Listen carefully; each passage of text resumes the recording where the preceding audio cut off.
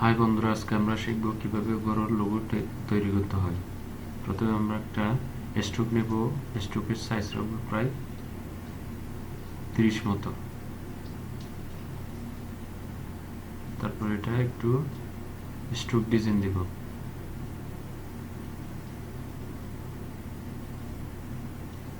তারপর pen tool select করে একটা শেপ তৈরি করব নিজের মতো করে।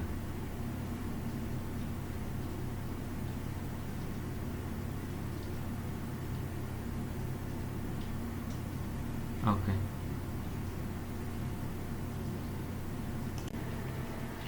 তারপর একটা রেক্টেঙ্গেল শেপ নেব জানালার জন্য।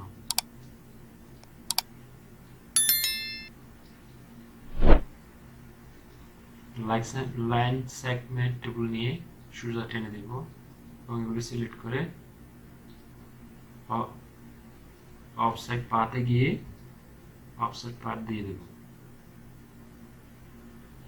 3 or 4 এর মতো দিয়ে দেব। ওকে, এবং অল সিলেক্ট দিয়ে সে বিল্ডার টুল নিয়ে বাকিগুলো মাইনাস করে দেব। মাইনাস করার সময় কি রাখতে হবে, অল্টার টিভি ধরে এগুলো মাইনাস করতে হবে।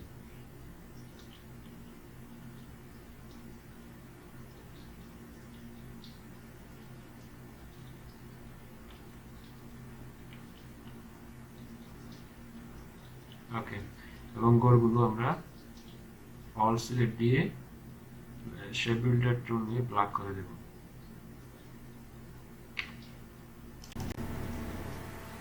তারপর ডাইরেক্ট সিলেকশন টুল নিয়ে উপরে সিলেক্ট করে জানালার উপর ভাগ আমরা একটু গোল করে দেব। তারপর অল সিলেক্ট করে এগুলো গ্রুপ করে নেব।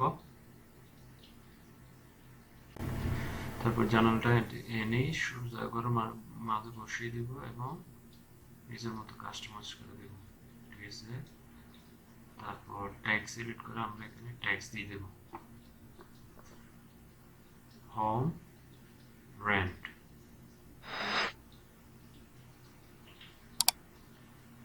তারপর তারপর টেক্সটটা সিলেক্ট করে আমরা ফন্ট থেকে ইম্প্যাক্ট ফন্ট সিলেক্ট করে দেব।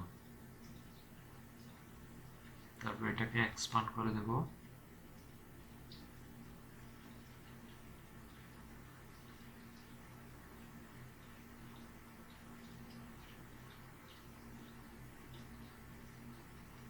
টার্ন গ্রুপ করে নেব এক্সপান্ড করে।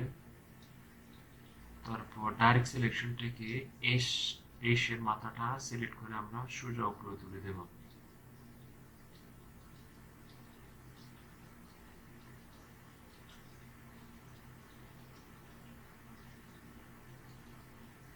এবং এসে নিচের পার্টের যে কোণাগুলো আছে এবং যে দাড়ি আছে ওগুলো বাঁকা করে দেব।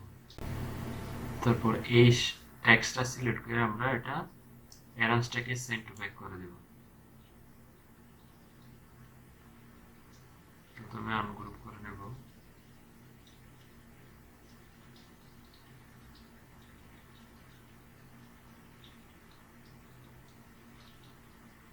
আমরা একটা কালার সিলেক্ট করে দেব, হোম লেখাটাকে একটা কালার সিলেক্ট করে দেব।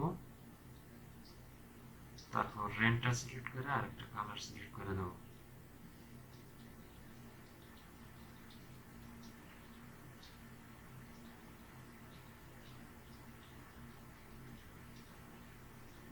তারপর ওই শেপটা উপরের শেপটা সিলেক্ট করে একটা কালার দিয়ে দেব, ওই একই কালার। ওকে,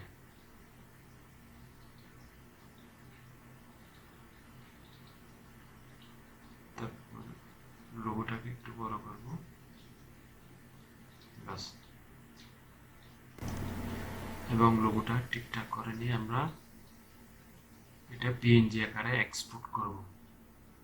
ফাইলে গিয়ে এক্সপোর্টে গিয়ে তারপর এটার নাম দিয়ে একটা পিএনজি আকারে সেভ করব।